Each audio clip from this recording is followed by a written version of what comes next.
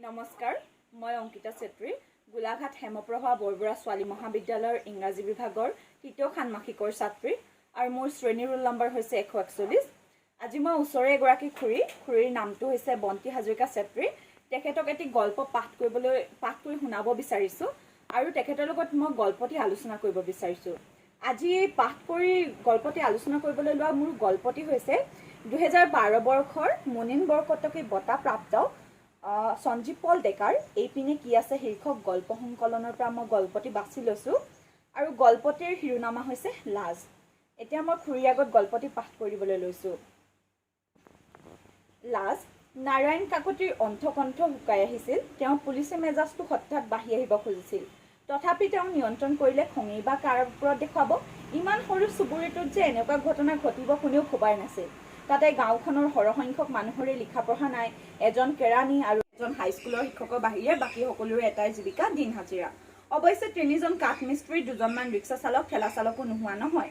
মুঠতে চুবুৰীটোৰ প্ৰায়বোৰ মানুহে জীৱিকাৰ সন্ধান ৰাতিপুৱাই ওলাই যায়, সন্ধিয়া আকৌ নিজ নিজ ঘৰলৈ উভতি আহে।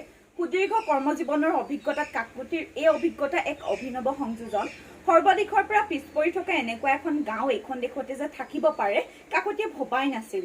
তাতে ঘটনাটো ৰোমাঞ্চকৰ। দুখী ধৰা পৰক নপৰক, ইয়াৰ পৰা যে একো কামত নাহিব কাকতি ইতিমধ্যে অনুমান কৰিছিল। সেয়ে ঘটনাটো তেওঁ এক প্ৰকাৰ পাহৰিবলৈ যত্ন কৰিছিল। কিন্তু পৰহি SP চাহাবৰ পৰা পোৱা নিৰ্দেশতহে তেওঁ পুনৰ এই গাঁৱত উপস্থিত হৈছেহি। পথাৰৰ এচুকত থকা মহিৰামৰ ঘৰৰ পৰা আহি কাকতিহঁতৰ দলটো প্ৰকাণ্ড আমগছজোপাৰ তলতে ৰলহি। প্ৰত্যেকজনেই তেওঁলোকৰ নাক আৰু কপালত জিলিকি উঠা ঘামৰ টোপালবোৰ মচি ললে। তাৰ পিছত চিপাহী বিমলে কাকতিক উদ্দেশ্য কৰি আমজোপাৰ ফেৰেঙা ডালটোলৈ চাই মন্তব্য কৰিলে, এইজোপাই যত যি কুটৰ ঘাই ছাৰ, এইজোপা নহলে ঘটনাটো ঘটিবলৈকে নাপালেহেঁতেন ছাৰ। নে কি কয় ছাৰ? কওঁতে বিমলে ঠিকেই কৈছে। পঞ্চায়তৰ কৰ্মীয়ে এইখন গাঁৱতহে আৰু বেনাৰখন মাৰিবলৈ পালেনে? যিবোৰ মানুহে কৰ চুক কেইটা তাক নাজানে, সিহঁতে আকৌ বেনাৰৰ ভাষা কি বুজে? চৰকাৰৰ সাফল্য, বছৰ পূৰ্ণ হোৱা, এইবোৰৰ সৈতে সিহঁতৰ সম্পৰ্কই বা কি? বেনাৰৰ অৰ্থ বুজি নাপায় নিলে আৰু কোনোবাই হুলুকাই কিবা দৰকাৰ হ'ব পাৰে বুলি। সেইটো ইমান ডাঙৰ অপৰাধ হ'ব পাৰেনে যে পুলিচে অনুসন্ধান চলাই দিব লাগে? কাকতিৰ SP লৈ মনে মনে বৰ খং উঠিল। সৰু সৰু মানুহবোৰে কিবা অপৰাধ কৰিলে প্ৰশাসন যন্ত্ৰ যে শক্তিশালী সেইটো দেখুৱাব খোজে। আনহাতে দেশত কিমান কি হৈ থকা নাই। মূল্যৱান সম্পত্তি চুৰ কৰিছে, কোটি কোটি টকাৰ কেলেংকাৰী ধৰা পৰিব লাগিছে, মেধাৱীসকলক বঞ্চিত কৰি টকাৰ বিনিময়ত অযোগ্য শিক্ষকক নিযুক্তি দিব লাগিছে। কিন্তু অপৰাধীৰ শাস্তি কতা? তেতিয়া প্ৰশাসন যন্ত্ৰই কিয় অন্তৰ্ভাও লয়? অৱশ্যে কাকতিৰ অপৰাধী বিচাৰি উলিওৱাত বাধা নাই। আজি SPয়ে দিয়া কঠোৰ নিৰ্দেশতহে কাকতিৰ মনত কেইবাটাও কিয় উদয় হৈছে। SPয়ে তেওঁক কৈছিল, আপুনি ঘটনাটো সাধাৰণভাৱে লৈছে যেন লাগিছে। সেই দৰিদ্ৰ অশিক্ষিত মানুহবোৰক দেখি আপোনাৰ সহানুভূতি জগাটো সাধাৰণ কথা। কিন্তু অপৰাধী তেওঁলোকৰ মাজৰে নহলে হ'ব কোন? 2-3 দিনৰ ভিতৰত দোষী উলিয়াব নোৱাৰিলে আপোনাৰ লাজ, মোৰ লাজ। ওপৰৰ পৰা ইফালে সদায় ফোনৰ উপৰি ফোন। ছাৰ কি ভাবিছে? বিমলৰ মাজত কাকতিৰ সম্বিত ঘূৰি আহিল। দোষীক আমি 2 দিনৰ ভিতৰত ধৰিব লাগিব, নহলে সদায় এনেকৈ মাকো মাৰি থাকিব নোৱাৰি, বুজিছ? কথাখিনি কৈ কাকতিয়ে আমগছজোপাৰ ফেৰেঙা ডালটোলৈ একেথৰে চালে। এই ডালটোতে 20-25 দিন পূৰ্বে শাসনত থকা চৰকাৰখনে এখন বেনাৰ মাৰিছিল 4ৰ্থ বছৰ সম্পূৰ্ণ হোৱাৰ উপলক্ষে। তাত আছিল বিগত 4 বছৰ চৰকাৰখনৰ সাফল্যৰ খতিয়ান। কিন্তু আচৰিত, 2 দিনৰ পাছত সেইখন অন্তৰ্ধান হৈ থাকিল। কোনে বা প্ৰথমতে কথাটো গম পালে? গৈ গৈ কথাটো মুখ্যমন্ত্ৰীৰ কাণ পৰ্যন্ত পালেগৈ। কেওফালে হৈচৈ লাগিল। এই সমষ্টিৰ বিধায়কক মুখ্যমন্ত্ৰীয়ে ক'লে, কিহে তোমাৰ সমষ্টি? আমাক ইমান অপমান কৰিব পাৰে? তাৰপিছত তেওঁ এদিন SPক নিৰ্দেশ দিছে সোনকালে দোষীক আটক কৰিবলৈ। ঘটনাটো ইতিমধ্যে বাতৰি কাকততো প্ৰকাশ হৈছে। প্ৰথম পৃষ্ঠাতে ছপা হৈছে, চৰকাৰৰ বেনাৰ অন্তৰ্ধান, নিৰক্ষৰ চুবুৰীত ৰাজনীতিৰ খেল। আচলতে ঘটনাটো ইমানখিনি গৈ নাপালেহেঁতেন। গাঁৱে ভূঞে থকা সৰু সৰু নেতাবোৰৰ বাবেহে এনে হবলৈ পালে। সিহঁতেহে হুলস্থুল লগাই দিছে এই ঘটনাত বিৰোধী দলৰ হাত আছে বুলি। ওপৰ মহলেও তাকে সন্দেহ কৰিছে। ইফালে সন্মুখত ইলেকশ্যন আহিব লাগিছে। আমি ইয়াত ৰৈ থাকি একো লাভ নাই। বাকী থকা ঘৰকেইটা সোনকালে চাই লওঁ ব'ল। কাকতিয়ে এটা হুমুনিয়া কাহি চিপাহী কেইজনক লৈ চাই ক'লে। কাকতিৰ দলটো লক্ষী মাষ্টৰ চোতাল পালেহি। মাষ্টৰৰ সৈতে কাকতিৰ ইতিমধ্যে ভাল চিনাকি গঢ়ি উঠিছে। মাষ্টৰে তেওঁক চকীখন আগবঢ়াই দিলে। নিয়মটো কৰো আৰু আমাৰ এইবোৰে কাম বুজিছে ডেকা, জীৱনৰ কোনো স্বাৰ্ম নাই। নাৰায়ণ কাকতিয়ে লক্ষী মাষ্টৰৰ ফালে চাই ক'লে। বিমলহঁতৰ ঘৰৰ ভিতৰলৈ সোমাই গ'ল। কাকতিয়ে বাহিৰতে ৰ'ল। এইখন চোতালতে পৰহি মিটিং আকাৰে মানুহবোৰক বুজাই দিয়া হৈছিল। লক্ষী মাষ্টৰে এই ক্ষেত্ৰত বহুত সহায় কৰিছিল। পুলিচে সভা পাতি ক'ৰবাত অপৰাধী ধৰা কাকতিয়ে কেতিয়াও শুনা নাছিল। তথাপি তেওঁ মানুহবোৰক বুজাব খুজিছিল। লক্ষী মাষ্টৰে মানুহবোৰক মাতি আনিছিল। গামোচা পিন্ধি উদং গাৰে কিছুমান আহিছিল, বুকুত মেথনি মাৰি তিৰোতা কিছুমান আহিছিল। আনকি গোটেই গাতে ফুহুৰা ভৰ্তি নাঙত পিঙত ল'ৰা ছোৱালী লক্ষী মাষ্টৰৰ বাৰাণ্ডাত ভিৰ কৰিছিল। সকলোৰে চকুত কাকতিয়ে দেখিছিল এক ভয়াৰ্ত দৃষ্টি। কাকতিয়ে কৈছিল, আপোনালোকক ইয়ালৈ কিয় মাতি অনা হৈছে? আপোনালোকে নিশ্চয় গম পাইছে।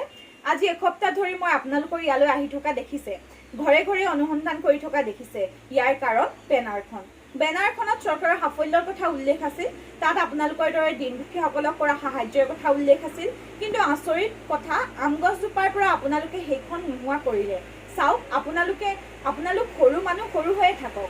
কাৰোবাৰ কুচক্ৰান্তৰ বলি হৈ এনে অপৰাধ কৰিলে কঠোৰ শাস্তি বিহা হ'ব। এতিয়াও সময় আছে, স্বীকাৰ কৰক কোনে এই কাম কৰিছে। মানুহবোৰে একো মাত মতা নাছিল। পুলিচৰ আগত সিহঁতে মাত মাতিবলৈ সাহ কৰা নাছিল। নাৰায়ণ কাকতিৰ অনুৰোধত লক্ষী মাষ্টৰেও কৈছিল, আপোনালোকৰ সৈতে মোৰ তেজৰ সম্বন্ধ আছে।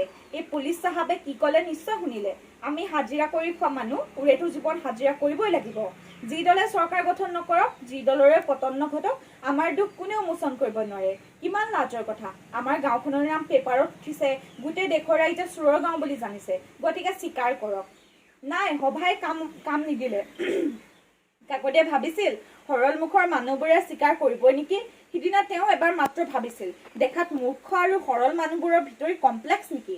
বিমলহঁত ওলাই আহিল। নাৰায়ণ কাকতিয়ে উঠি ক'লে, আহিছো, শাস্তি দিছো আৰু মিছাতে আপোনাক। নাই নাই, আপোনালোকৰ কৰ্তব্য কৰিছে। আৰু কাকতিহঁতৰ লগতে বাটৰ মূৰলৈ লক্ষী মাষ্টৰো আহিল। এইখিনিতে একেলাঠেৰে 3 ঘৰ মানুহ আছে। বিমলহঁত প্ৰথমে মূৰৰ ঘৰটোলৈ গ'ল। ঘৰ দুটা সৰু সৰু চাপৰ। এটা ঘৰ নৰাৰে চোৱা, 2টা ঘৰ কাঁহী বনেৰে বেৰ দিয়া। বাৰিষা যে ঘৰতে যে পানী পৰিব, সেইটো সহজে অনুমেয়। নাৰায়ণ কাকতি আগেয়ে ঘৰটোলৈ অহা নাছিল। বিমলহঁতে আহি গুচি গৈছিল। কাকতিয়ে লক্ষ্য কৰিছিল, প্ৰথম তালাচী চলোৱাৰ দিনাখন প্ৰত্যেকে যেন লাজ আৰু ভয় অনুভৱ কৰিছিল। তাতে সৰু ল'ৰাটোৱে তাৰ ওপৰতে হগামোতা কৰে। আপোনালোক চৰকাৰী মানুহবোৰ চাগৈ এনেকুৱা কাপোৰ দেখাই নাই। কাকতিৰ মনটো মৰি গৈছিল। মুনি তিৰোতা আৰু ল'ৰা ছোৱালীবোৰে 5টা মানুহ একেখন বিচনাতে শুৱে, কাপোৰ মাত্ৰ 2খন কেঠা। নাৰায়ণ কাকতি চোতালত থিয় হৈ থাকোঁতে হঠাতে তেওঁক অবাক কৰি এগৰাকী মহিলা ভৰিতে পৰিলে। তাই কান্দিবলৈ ধৰিলে। চাওঁ কি হৈছে, কিয় কান্দিছে? মহিলাগৰাকী থিয় হ'ল। তাৰ পাছত ক'বলৈ ধৰিলে, ছাৰ, মোক একো শাস্তি নিদিব। এই কণমানি ল'ৰাটোৰ কথা ভাবক ছাৰ, নহ'লে ইয়াক কোনে পোহপাল দিব? অন্ততঃ কাম কৰিব পৰা হ'লেও বেলেগ কথা আছিল। কি হৈছে নকয় কিয়? কাকতি অলপ উমান পালে। ছাৰ, ময়ে আনিছিলোঁ সেই কাপোৰখন, কিন্তু ইমান যে হৈ হ'ব মই ভবা নাছিলোঁ ছাৰ।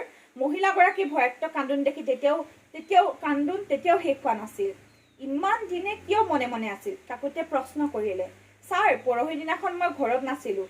তাৰ আগেও আপোনালোকৰ মানুহ আহিছিল। কিন্তু ক'ত লুকুৱাই ৰাখিছিল ইমান দিনে? কিয় চুৰি কৰিছিল আপুনি?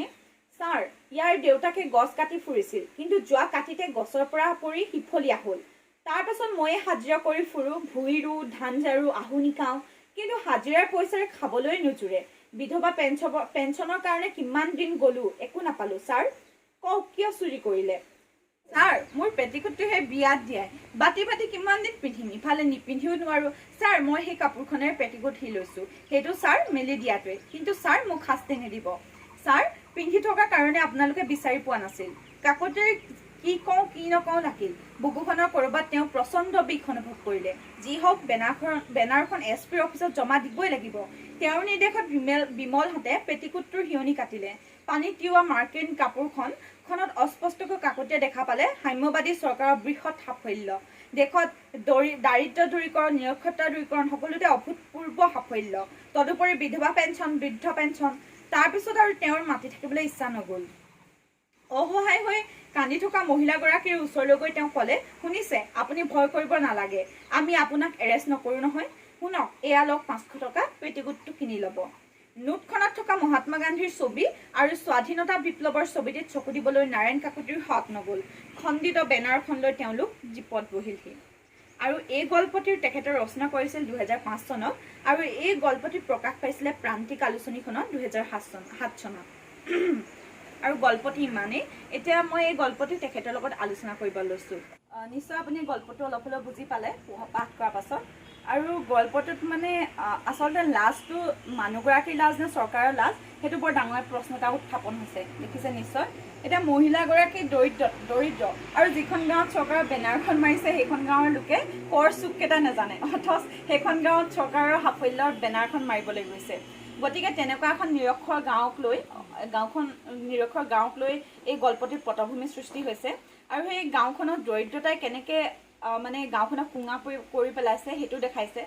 তদুপৰি আমাৰ সঁচা কথা যে চৰকাৰৰ বিভিন্ন আঁচনি আছে, কিন্তু কিছুমান আমাৰ ভাৰতবৰ্ষত বা অসমতেই হওক যিমানখিনি শিক্ষিত লোক আছে তাৰ তুলনাত অশিক্ষিত লোকৰ তুলনাই পৰিমাণ বেছি।